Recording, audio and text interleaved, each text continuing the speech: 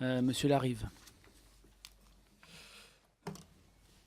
Monsieur le ministre, Monsieur le Président, chers collègues, les contrats aidés ne sont pas la panacée, mais c'est bien leur brutale suppression qui marque l'actualité de cette rentrée scolaire 2017.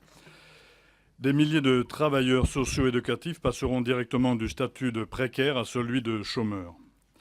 Les postes d'animateurs en milieu scolaire et périscolaire dans les zones rurales sont souvent pourvus par des contrats aidés. Pour Saverdun, ville ariégeoise de 4600 habitants, située dans ma circonscription, ce sont 30% des effectifs d'animation qui sont concernés par cette mesure. L'impact financier représente une perte de 200 000 € de recettes pour la ville. Aujourd'hui, l'équipe municipale se voit contrainte de ne proposer à ses personnels que des CDD jusqu'en décembre. Elle n'a en effet pas de possibilité de pérennisation de ces emplois en l'état actuel de ses finances. Cette décision gouvernementale, sans concertation, un mois avant la rentrée scolaire, représente la suppression de 1000 contrats aidés dans l'éducation et les associations en Ariège. J'ai déjà interrogé Madame le ministre du Travail à ce sujet, sans succès à ce jour. Je tente à nouveau ma chance avec vous, Monsieur le ministre, puisque votre ministère est peut-être le plus impacté par la suppression de ces dispositifs. Quelles sont les solutions pour pallier au déficit d'encadrement dans les écoles et aux augmentations de charges financières dans les collectivités territoriales générées par cette mesure? Merci. Merci beaucoup, Monsieur Larive. Par rapport aux questions du député Larive, c'est celle des contrats aidés, qui est une question très, très sérieuse, et je vous remercie de l'évoquer, puisque je souhaitais en parler, bien entendu. Alors, vous avez dit que le ministère était le plus concerné par la baisse du nombre de contrats aidés. Là, ça n'est pas exact. C'est au contraire, c'est même le contraire. Le Premier ministre a clairement dit que dans la politique qui était suivie, je ne reviens pas sur l'inspiration de cette politique, vous la connaissez, c'est le fait de changer radicalement de politique de l'emploi.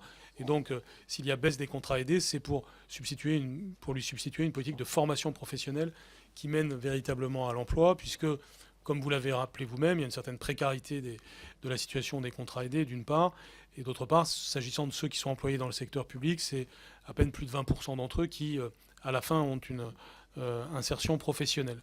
On peut souhaiter beaucoup mieux dans le futur, et c'est à cela que le gouvernement s'attelle. Pour ce qui concerne l'éducation nationale, nous avions 50 000 contrats aidés pour l'accueil des élèves en situation de handicap. Donc ça rejoint aussi la question de Madame Bazin, que je regroupe si vous le permettez. Nous les avons gardés.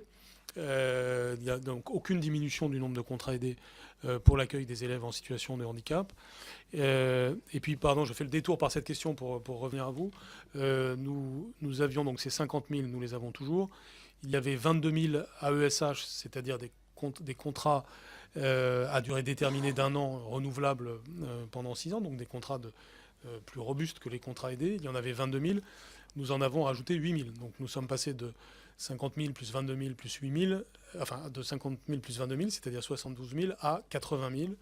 Et c'est donc un progrès, c'est conforme à l'engagement du président de la République.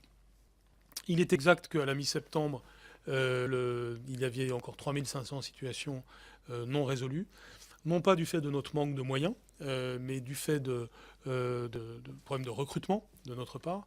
Et j'en profite pour le dire, cela signifie que, encore ces derniers temps, une personne qui souhaitait bénéficier d'un contrat aidé était bienvenue à l'Éducation nationale pour être un contrat aidé au titre de l'accueil des élèves en situation de handicap.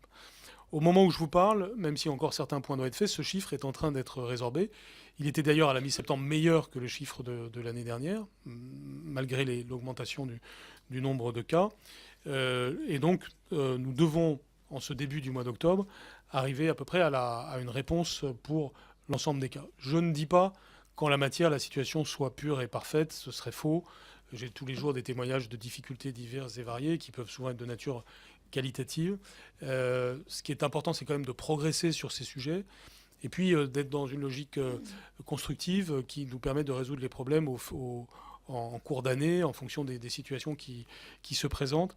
Mais en tout cas, on peut clairement affirmer que la situation est en progrès, mais que nous devons encore travailler, non seulement pour créer des postes nouveaux, ce qui se passera encore à la rentrée suivante, dans la logique de substitution de contrats à durée déterminée pour d'anciens contrats aidés, mais aussi pour réfléchir à une meilleure organisation de notre système pour cet accueil. Mais enfin, c'est clairement une priorité du président de la République et donc de moi-même, et nous l'avons fait vivre en cette rentrée.